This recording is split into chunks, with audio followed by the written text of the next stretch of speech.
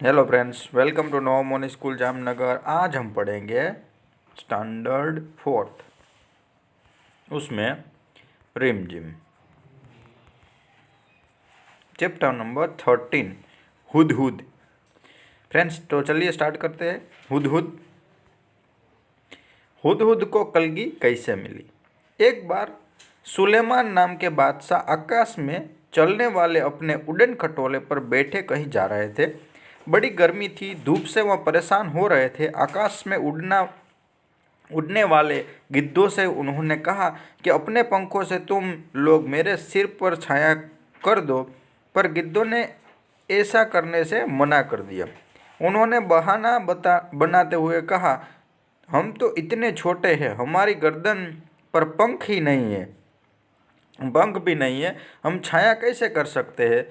So friends, Hudhud एक पक्षी है। तो एक बार क्या हुआ, हुदहुद की एक कहानी है कि उसको देखिए ऊपर यहाँ पर कलगी होती है। कलगी कैसे मिली उसकी यहाँ पे कहानी है कि सुलेमान नाम का एक बादशाह था। वो अपने आकाश में उड़ रहा था उड़न खटोला लेकर। तो उसको क्या हुई थी, बड़ी गर्मी हो रही थी। तो आकाश में गिद्ध उड़ रहे थे। तो गिद्धों को कहा कि आप क्या करें, अपने पंख फैलाए, इसलिए हमें क्या हो जाए, हमें गर्मी नहीं लगे। तो गिद्धों ने कहा कि हमारे पंख तो छोटे हैं, हम आपको कैसे छाया दे सकते हैं।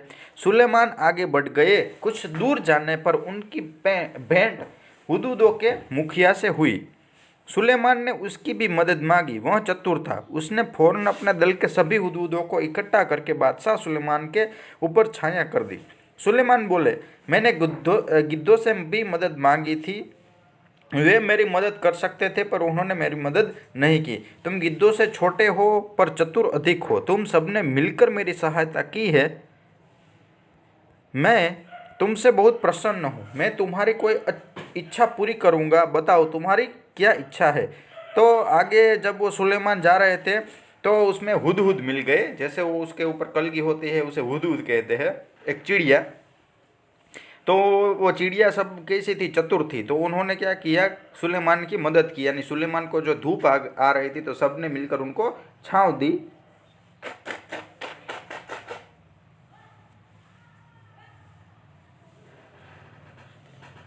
और उसके अलावा सुलेमान ने कहा कि गिद्धों से मैंने मदद मांगी, पर उन्होंने मुझे मदद नहीं दी, इसलिए मैं आपको, आप बड़े भले ही छोटे हैं लेकिन आप चतुर हो, इसलिए मैं आपकी कोई भी सहायता कर सकता हूँ, अगर आप कहे तो। मुखिया ने कहा, महाराज, मैं अपने सभी साथियों से सलाह करने के बाद अपनी इच्छा बताऊंगा। तो उनके जो हुदूद के जो चिड़िया के मुखिया थे, उन्होंने कहा कि मैं से पहले सब सब साथियों के साथ, जो दूसरे जो पंछी हैं उनके साथ सलाह करने के बाद इच्छा बताऊंगा। मुखिया ने साथियों से सलाह करने के बाद कहा, महाराज, यह वरदान दीजिए कि हमारे सिर पर आज से सोने की कलगी निकल आए।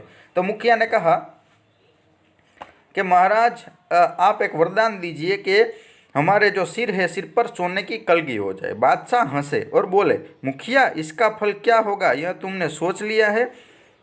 बादशाह हंसने लगे और बोले कि इसके बारे में आपको पता है, फिर क्या होगा बाद में। मुखिया बोला, हाँ महाराज, मैंने खूब परामर्श करके यह वर मांगा है। तो मुखिया ने कहा कि जी जी, मैंने बहुत परामर्श करके यह जो वरदान है वो मांगा है। सुलेमान ने प्रार्थना स्वीकार कर ली। सभी हुदूदों के सिर पर सोने की कलगी निकल आई।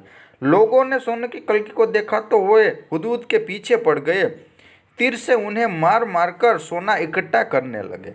अभी क्या हुआ, हुदूद के सर पर जो सोने की कलगी आ गई थी, तो सब लोग हैं उसको सोने की कलगी चाहिए थी, इसलिए वो क्या करने लगे, हुदूद के पीछे दौड़ने लगे और उन्हें मार मार कर सोना इकट्ठा करने लगे। हुदूद का वंश समाप्त होने पर आ गया।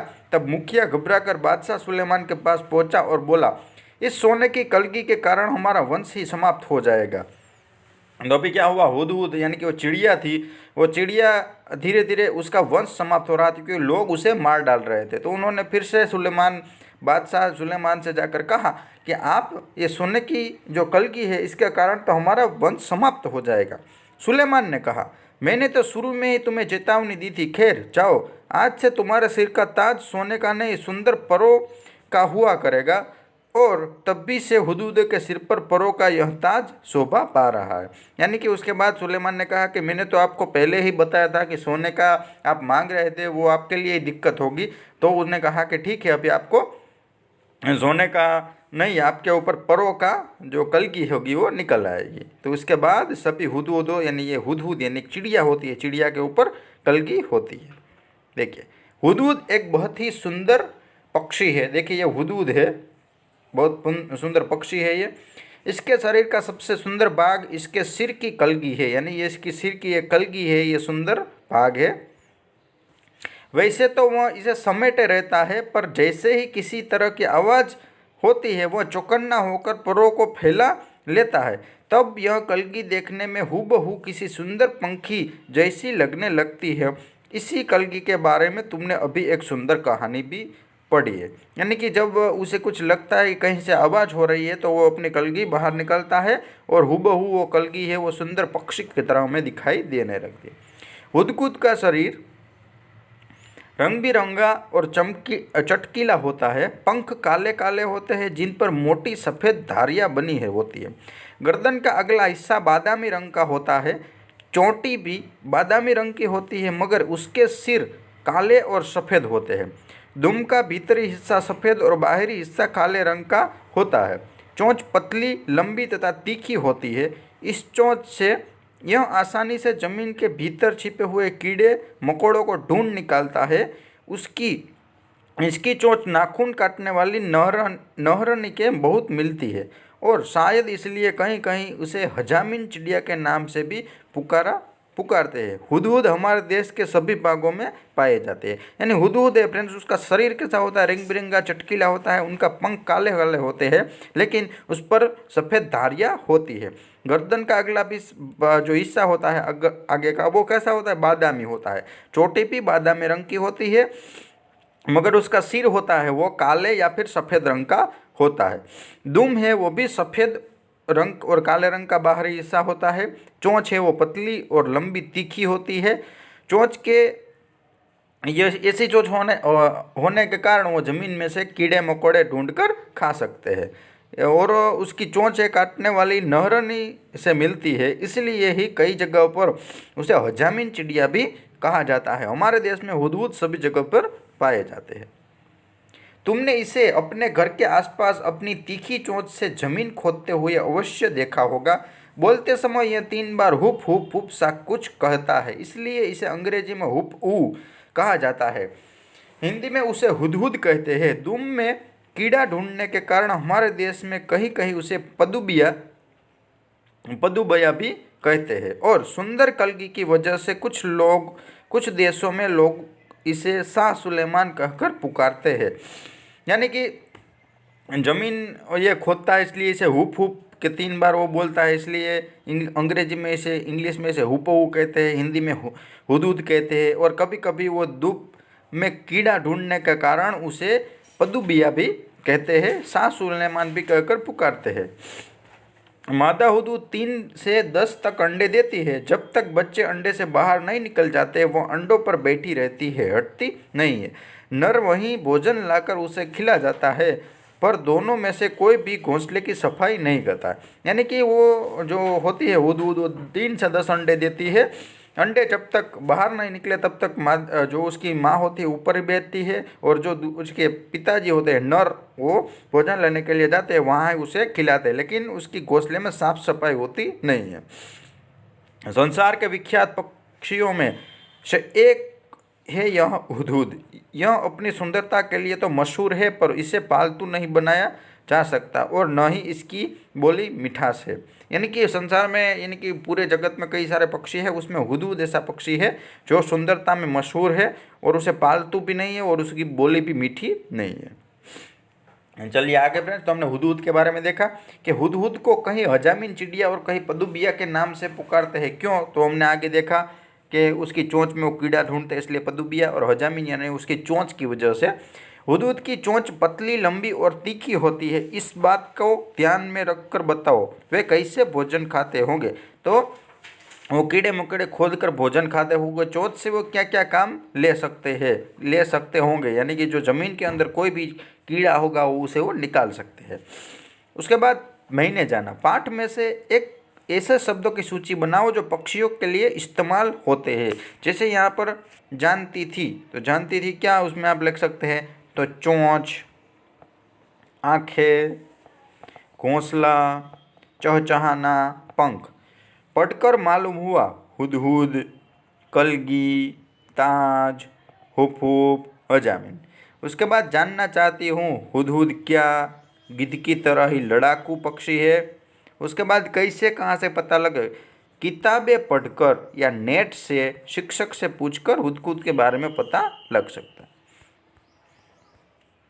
चलिए आगे, पहचान कैसे।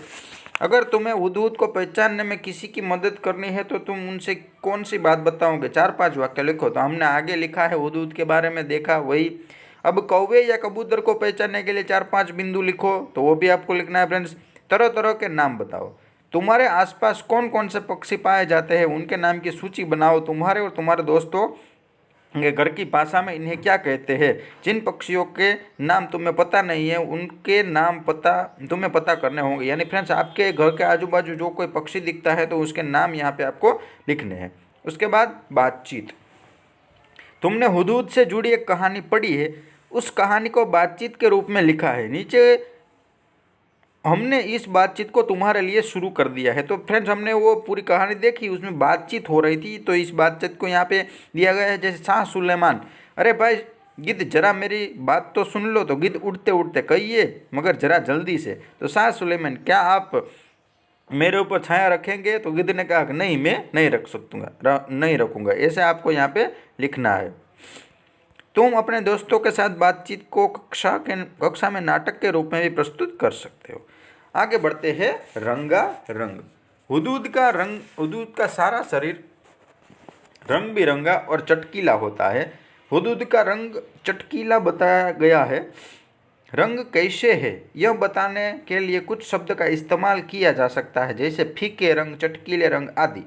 तो बताओ कि ऐसे रंग किन किन चीज़ों से होते हैं। रंग का नाम, गहरा रंग तो काला।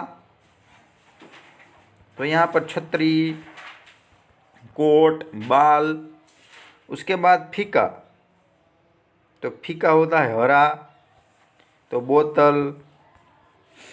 उसके बाद भड़कीला, तो भड़कीला होता है लाल। तो यहाँ पे पोशाक, टमाटर।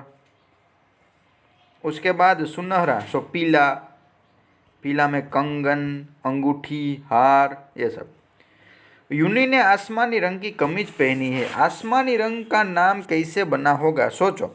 ऐसे कुछ रंगों के नाम लिखो जो किसी चीज़ के नाम पर पड़े होंगे, जैसे नारंगी, गुलाबी, जामुनी, या संतरे के नाम पर, गुलाब के नाम पर, जामुन के नाम पर। चलो, शब्द एक अर्थ अनेक, यानी एक शब्द के दो अर्थ होते हैं। यहाँ पर शाह की भेंट हुदहुद के मुखिया से हुई। मुझे मेरी बहन ने एक बहुत सी सुंदर भेंट दी। ऊपर वाले वाक्य में भेंट का मतलब मुलाकात है और नीचे वाले वाक्य में उपहार है। तुम भी ऐसे कोई 4 शब्द लिखो, मतलब 2 मतलब निकलते हैं, उनका वाक्य में प्रयोग करिए। जैसे यहाँ पर पहला है पत्र, तो कल मैंने अपने मित्र को पत्र लिखा। पूजा पाठ में आम्र पत्र की जरूरत होती है। एक पत्र यानी कि जो लेटर होता है, पत्र। दूसरा पत्र यानी कि जो पांद होता है, पत्ता होता है। उसके बाद पर, वह आया पर बोला कुछ नहीं। पत्तियों के पर होते हैं, तो ये पर यानी एक पंख। उसके बाद जल, तो जल में भी 2 हम वाक्य लिख सकते हैं। देखो कहीं हाथ जल न जाए, मुझे जल चाहिए, यानी कि जल यानी पानी, और जल यानी कि वो हम कहीं जो आग से जल जाते हैं वही। फल, सेब एक पौष्टिक फल है और बुरे काम का फल बुरा ही होता है। नाम, हुदहुद एक बहुत ही सुंदर पक्षी है। हुदहुद और पक्षी दोनों को ही हम संज्ञा कहते हैं। अब नीचे दिए गए तालिका में आगे बढ़ाओ। जैसे हुदहुद तो पक्षी, भारत तो देश, अनार फल, तो यहाँ पे गंगा नदी, उसके बाद महाभारत किताब ऐसे हम लिखेंगे। चलिए आगे बढ़ते हैं। तो चैप्टर यहाँ पर हमारा कंप्लीट हो गया फ्रेंड्स। वीडियो को देखते रहिएगा। धन्यवाद।